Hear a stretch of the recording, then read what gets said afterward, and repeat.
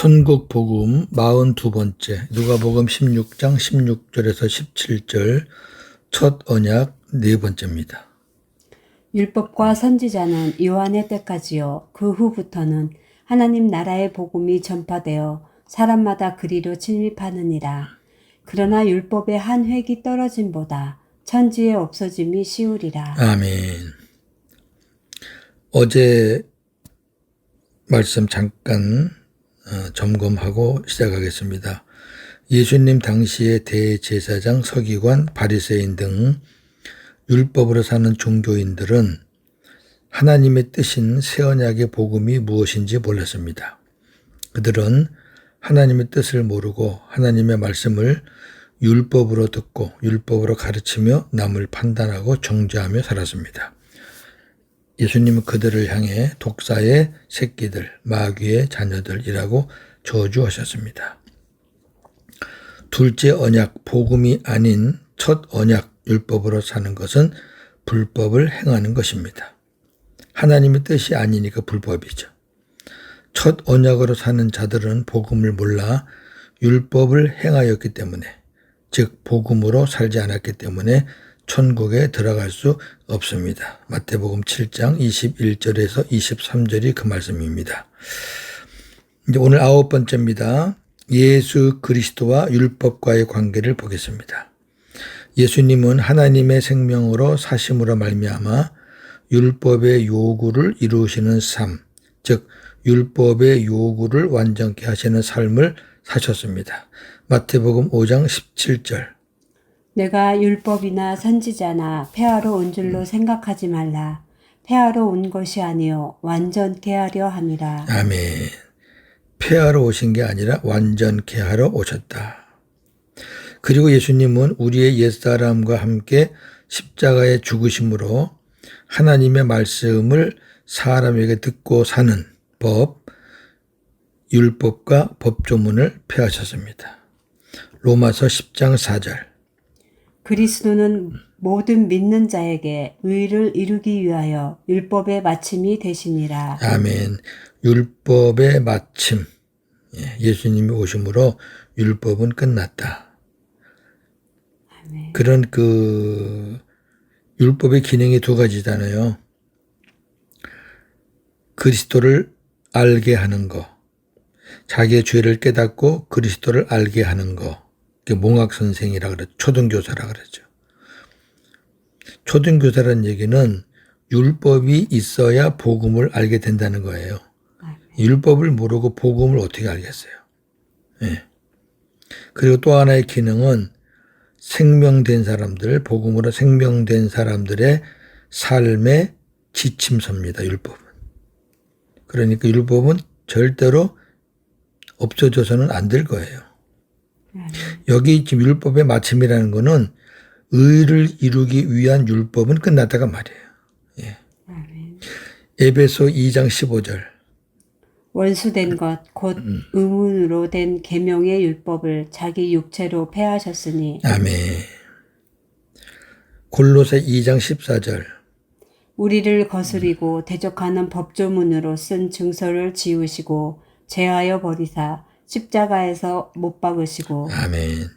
예수님의 십자가로 말미암아 모든 율법적인 요소는 다 끝났다 그 말이죠.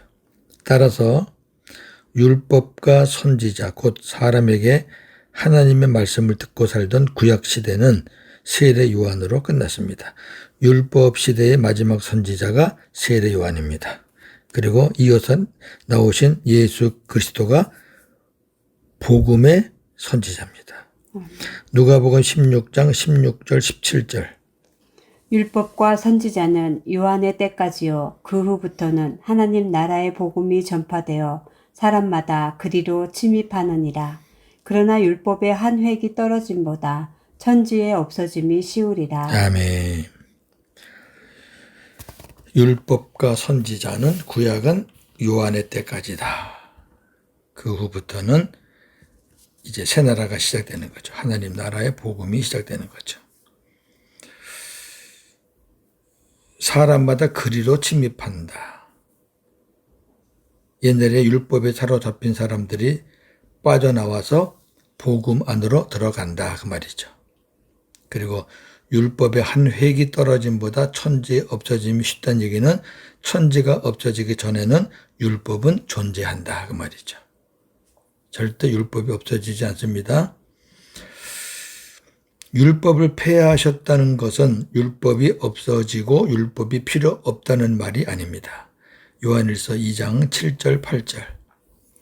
사랑하는 자들아, 내가 새 계명을 너희에게 쓰는 것이 아니라 너희가 처음부터 가진 옛 계명이니 이 옛 계명은 너희가 들은 말씀이거니와 다시 내가 너희에게 새 계명을 쓰노니 그에게와 너희에게도 참된 것이라. 이는 어두움이 지나가고 참 빛이 벌써 비침이니라. 아멘. 자, 요한일서가 조금 어려운 것 같은데 그 내용은 참 심오합니다. 보세요. 사랑하는 자들아, 내가 새 계명을 너희에게 쓰는데 말이 새 계명이지 처음부터 너희가 알고 있는 옛 계명과 어떻다? 똑같다. 내용은 그 형식은 똑같다. 예를 들어서 뭐 하나님을 사랑하라, 이웃을 사랑하라, 똑같다. 그런데 내가 다시 너희에게 새 계명을 쓴다. 왜? 어둠이 지나가고 참 빛이 비치기 때문이다. 이제는 율법의 시대가 지나가고 복음의 시대가 되었으니까 계명이 예전에는 어둠에서 비추는 것이었다면 이제는 이 계명이 빛 가운데서 비치게 된다. 어둠에서 사용하는 건 옛 계명이고 빛 가운데서 사용하는 거는 새 계명이다 그 말이죠. 그러니까 구약 시대에 살던 사람이 보는 구약이나 우리가 지금 보는 구약이나 똑같습니다. 그러나 구약 시대 사람들은 어두움 가운데서 봤잖아요. 예수 그리스도가 없는 가운데서. 그나마 이제 선지자들을 통해서 오실 메시아, 오실 예수 그리스도를 듣고 믿은 사람은 멀리서나마 예수 그리스도를 보았지만 믿음으로 보는 거죠. 그 나머지 사람들은 거의 못 봤죠. 어둠 속에서. 그러니까 어둠 속에서 이 계명을 지키려니까 힘드는 거죠. 갈 길도 모르는데. 근데 우리는 이제 빛이신 예수님 오셨잖아요. 예수님 안에서 옛날 주셨던 계명들을 다시 보는 거죠. 그런데 지금은 달라. 왜? 길이 보이는 거예요. 하나잖아요. 같은 계명인데. 율법은 변함이 없어요. 어떤 안경을 쓰고 보느냐예요. 율법의 안경이냐 복음의 안경이냐. 그러니까 율법을 완전케 하셨다는 것은 율법으로는 아무것도 할 수 없으니 성령으로 거듭나 하나님의 생명 안에서 믿음의 법으로 살 때 율법의 요구를 이루는 삶을 살도록 하시겠다는 것입니다. 로마서 8장 3절 4절. 율법이 육신으로 말미암아 연약하여 할 수 없는 그것을 하나님은 하시나니 곧 죄로 말미암아 자기 아들을 죄 있는 육신의 모양으로 보내어 육신의 죄를 정하사 육신을 따르지 않고 그 영을 따라 행하는 우리에게 율법의 요구가 이루어지게 하려 하심이니라. 아멘. 자, 율법을 지키는 것은 우리 육신으로는 힘들어요. 연약해서 할 수가 없어요. 뭐 힘든 게 아니라 할 수가 없어요. 우리는 못 지켜요. 그런데 하나님은 지켜요. 하나님은. 그래서 이 땅에 예수님을 인간으로 보내셔서 죄 있는 육신의 모양으로 보내셔서 죄가 없지만 근본은 죄가 없어요. 그런 모양만 죄 있는 육신의 모양으로 보내셔서 그 예수님에게 모든 죄를 다 담당시켰어요. 정했어요. 그렇게 해서 예수님이 율법의 요구를 다 들으신 거죠. 우리 인간들이 율법을 지키고 순종해야 될 거를 우리는 못하니까 예수님이 인간으로 오셔서 다 지켰단 말이죠. 그리고 십자가에 죽으셨단 말이죠. 그리고 이제 우리 안에 오셨잖아요. 그래서 그 영을 따라 우리 안에 오신 그리스도를 말하는 거죠. 그리스도와 성령을 따라 행하는 우리에게 율법의 요구가 이루어지게 하려 하십니다. 예전에 복음이 없을 때 육신으로는 율법을 우리가 절대 지킬 수 없었어요. 그런데 우리가 내 안에 계시는 그리스도와 성령을 따라 행할 때 율법의 요구를 우리가 들을 수 있게 됐다. 율법을 우리가 지킬 수 있고 행할 수 있게 됐다. 그렇게 하기 위해서 예수님이 우리 안에 오셨다는 거죠. 할렐루야. 아멘. 이것이 생명의 성령의 법입니다. 아멘. 그러므로 우리는 복음으로 하나님 나라가 되어 모세의 율법이 아닌 그리스도의 율법으로, 그리스도 율법은 그리스도 안에서 성령의 가르침을 받아 주님의 음성을 듣고 사는 겁니다. 요한일서 2장 27절 28절. 너희는 주께 받은 바 기름 부음이 너희 안에 거하나니 아무도 너희를 가르칠 필요가 없고 오직 그의 기름 부음이 모든 것을 너희에게 가르치며 또 참되고 거짓이 없으니 너희를 가르치신 그대로 주 안에 거하라. 자녀들아 이제 그의 안에 거하라. 이는 주께서 나타내신 바 되면 그가 강림하실 때에 우리로 담대함을 얻어 그 앞에서 부끄럽지 않게 하려 함이라. 아멘. 이렇게 사는 것이 율법의 요구를 이루는 삶을 사는 겁니다. 같은 내용인데요. 우리 안에 성령께서 기름 부으심으로 우리 안에 계셔요. 그 기름 부으심이 뭐냐? 우리를 진리로 인도하시고 가르치시는 거예요. 아멘. 계속 우리에게 깨달음을 주셔요. 그러면 우리가 그 예수님 안에서 성령의 가르침을 받고 사는 거예요. 이게 복음으로 사는 거예요. 생명의 성령의 법으로 사는 거예요. 그렇게 살면 내가 내 힘으로 할 수 없었던 것들이 주님의 은혜로 할 수 있게 되는 거지요. 사랑도 할 수 없던 사람이 사랑할 수 있게 되고 용서할 수 없는 사람이 용서하게 되는 거죠. 순종 못하겠다는 사람이 순종하는 사람으로 바뀌는 거예요. 그건 내 의지가 아니에요. 우리 안에 계신 주님께서 율법의 요구를 들어주시도록 우리에게 순종할 수 있는 힘을 주시는 거죠. 왜? 순종해야 하나님께 복을 받거든요. 그렇게 살면, 그렇게 해서 주님이 나타나시면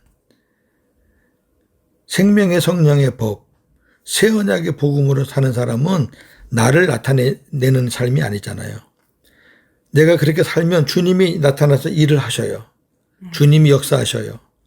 그렇게 사는 사람은 주님이 마지막 강림하실 때 부끄럽지 않게 설 수 있다.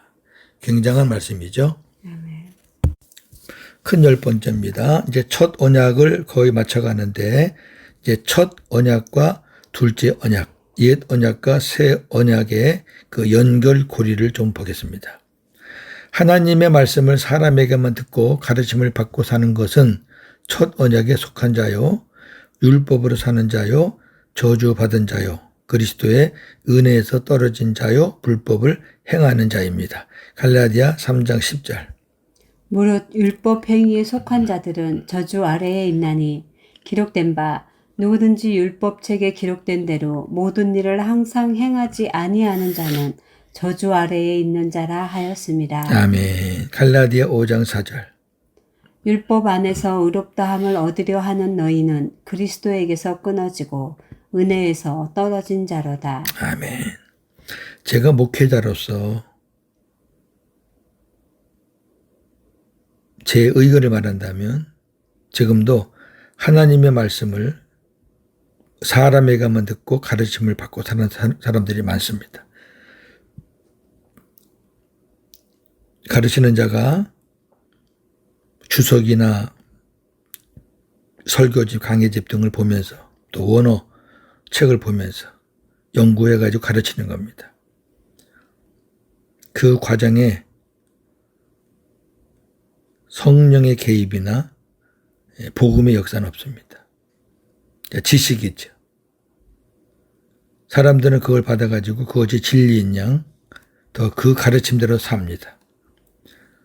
그 사람이 가르친 게 성경인 줄 알고 그 사람이 가르친 게 하나님 말씀인 줄 알고 믿고 삽니다. 불법입니다. 목회자들도 얼마든지 이렇게 할 수 있습니다. 한번 예를 들어 볼까요? 우리가 마음을 다하고 뜻을 다하고 힘을 다하여 하나님을 사랑해야 하지만, 그렇죠? 당연히 그래야죠. 하나님의 말씀을 사람에게만 듣고 가르침을 받는 첫 언약 하에서는 절대로 율법의 강령을 지킬 수가 없습니다. 율법의 강령은 이겁니다. 신명기 6장 4절 5절. 이스라엘아 들으라. 우리 하나님 여호와는 오직 유일한 여호와이시니 너는 마음을 다하고 뜻을 다하고 힘을 다하여 내 하나님 여호와를 사랑하라. 아멘. 사랑해야 되는 거 모르나요? 사랑해야 되는 거 알지요? 근데 마음을 다하고 사랑해요? 뜻을 다하고 사랑해요? 힘을 다해서 사랑해요? 어떻게 사랑하는 것이 그렇게 사랑하는 것인가요? 답을 못하죠. 절대로 내 스스로는 율법으로는 이 사랑을 실천할 수가 없습니다. 아멘. 즉 내 힘으로는 못한다는 거예요. 내 힘으로는 못하는데 어떻게 마음을 다하고 뜻을 다하고 힘을 다한들. 그러나 복음을 깨달아 하나님의 사랑이 내 안에 부어지는 둘째 언약, 새 언약 하에서는 하나님을 사랑하게 되고 이웃도 사랑하게 됩니다. 이거는 내가 하는 것이 아니라 내 안에 부어지는 하나님의 사랑의 힘으로 하는 겁니다. 아멘. 로마서 13장 10절. 사랑은 이웃에게 악을 행치 아니하나니 그러므로 사랑은 율법의 완성이니라. 아멘. 하나님의 사랑이 부어지면 율법은 저절로 이루어지는 거죠. 아멘. 그동안에 못했던 것, 평생 못 지켰던 것들 언제 깨지는지 모르게 이루어지는 거죠. 자기 스스로가 놀라요. 저도 많이 놀랐습니다. 이게 안 되는 것도 되네? 이것만큼은 죽어도 안 된다고 했는데 이게 언제 됐지? 되네? 요한일서 3장 11절 16절. 우리는 서로 사랑할지니 이는 너희가 처음부터 들은 소식이라. 그가 우리를 위하여 목숨을 버리셨으니 우리가 이로써 사랑을 알고 우리도 형제들을 위하여 목숨을 버리는 것이 마땅하니라. 아멘. 사랑하라는 말은 처음부터 들었다 그 말이에요. 구약부터 다 들은 거야 이거는. 근데 구약에 없는 내용이 들어왔어요. 뭐냐면은 그가 우리를 위하여 목숨을 버리셨으니 이거예요. 구약에는 이 내용이 없죠. 있을 수가 없죠. 주님이 오시기 전이니까. 지금은 주님이 오셨잖아요. 우리 위에 십자가에서 죽으셨잖아요. 그러니까 사랑을 우리가 이제 아는 거예요. 나를 위해서 목숨을 버리신 그 하나님, 예수님의 사랑. 그런데 그걸 이론적으로만 알면 안 된단 말이죠. 그걸 그냥 율법으로 그냥 교리로 알면 안 된단 말이죠. 요한일서 4장 10절 11절.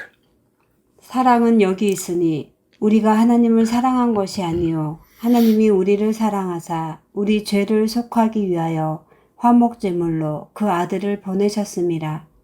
사랑하는 자들아 하나님이 이같이 우리를 사랑하셨은즉 우리도 서로 사랑하는 것이 마땅하도다. 아멘. 이 하나님의 사랑이 우리 안에 부어지면 누가 사랑하라는 말 안 해도 사랑하게 되는 것이 마땅한 거다 그 말이죠. 야, 내 안에 오신 하나님이 아들을 나를 위해 주신 그 하나님이시구나. 아버지 감사합니다. 내 안에 오신 그리스도가 나를 위해서 십자가에 피 흘리신 그 주님이시구나. 그것이 깨달아지니까 나 같은 것도 이렇게 무조건적으로 끝까지 사랑하셨는데 내가 누구를 사랑하지 못한단 말인가 하면서 사랑하는 마음이 생기는 거죠. 사랑하는 마음이 역사가 되는 거죠.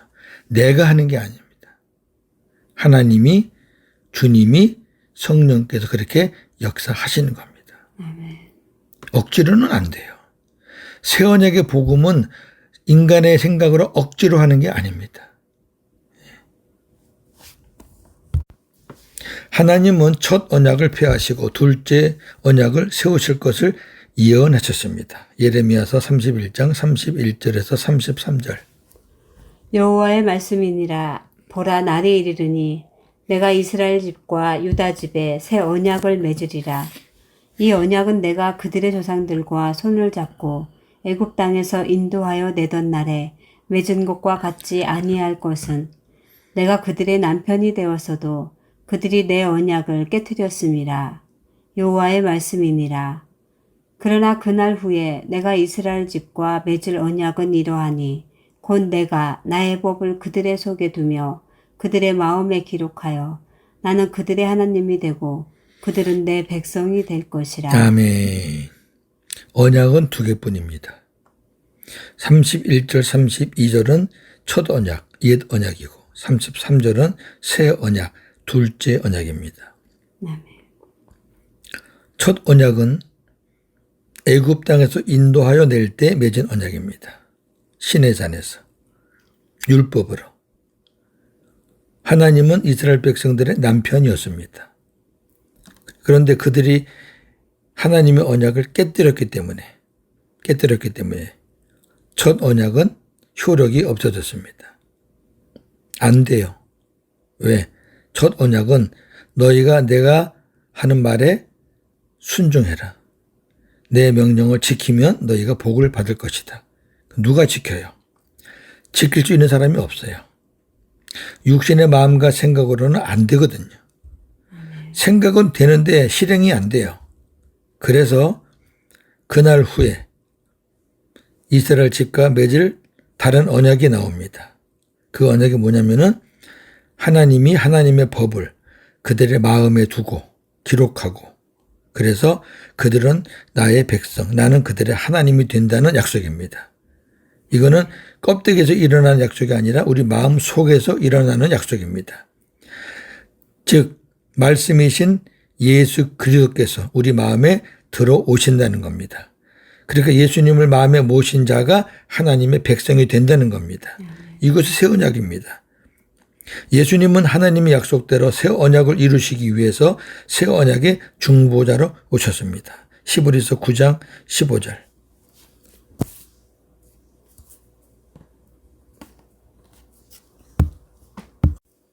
이로 말미암아 그는 새 언약의 중보자시니 이는 첫 언약 때에 범한 죄에서 속량하려고 주구사 부르심을 입은 자로 하여금 영원한 기업의 약속을 얻게 하려 하심이라. 아멘. 새 언약의 중보자로 오신 주님, 왜 그러냐면 첫 언약 때에 범한 죄에서 속량하려고. 첫 언약으로는 안 되니까. 첫 언약으로 안 된 것을 되게 하시려고 예수님이 새 언약의 중보자로 오셨고 중보자로 오셔서 우리에게 영원한 기업의 약속을 주셨다. 그러니까 첫 언약에서는 영원한 기업의 약속이 없지요. 그러나 새 언약에서는 영원한 기업의 약속이 있다. 새 언약의 성취로 말미암아 거룩함을 얻은 자가 되어야 구원이 이루어지는 것입니다. 히브리서 10장 9절 10절.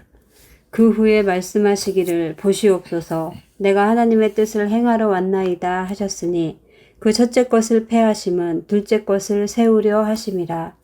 이 뜻을 따라 예수 그리스도의 몸을 단번에 들이심으로 말미암아 우리가 거룩함을 얻었노라. 아멘. 예수님이 이 땅에 오시면서 내가 하나님의 뜻을 행하러 왔나이다 그랬어요. 예. 여기서 말한 하나님의 뜻은 첫째 것을 폐하고 둘째 것을 세우시는 겁니다. 첫째 것은 옛 언약, 첫 언약, 둘째 것은 둘째 언약, 새 언약입니다. 그 새 언약을 세우는 뜻을 따라서 예수님이 십자가에 죽으심으로 우리가 거룩함을 얻었습니다. 예. 첫 언약을 폐하시려면 예수님이 죽으셔야 되거든요. 왜? 율법을 이루어야 되니까.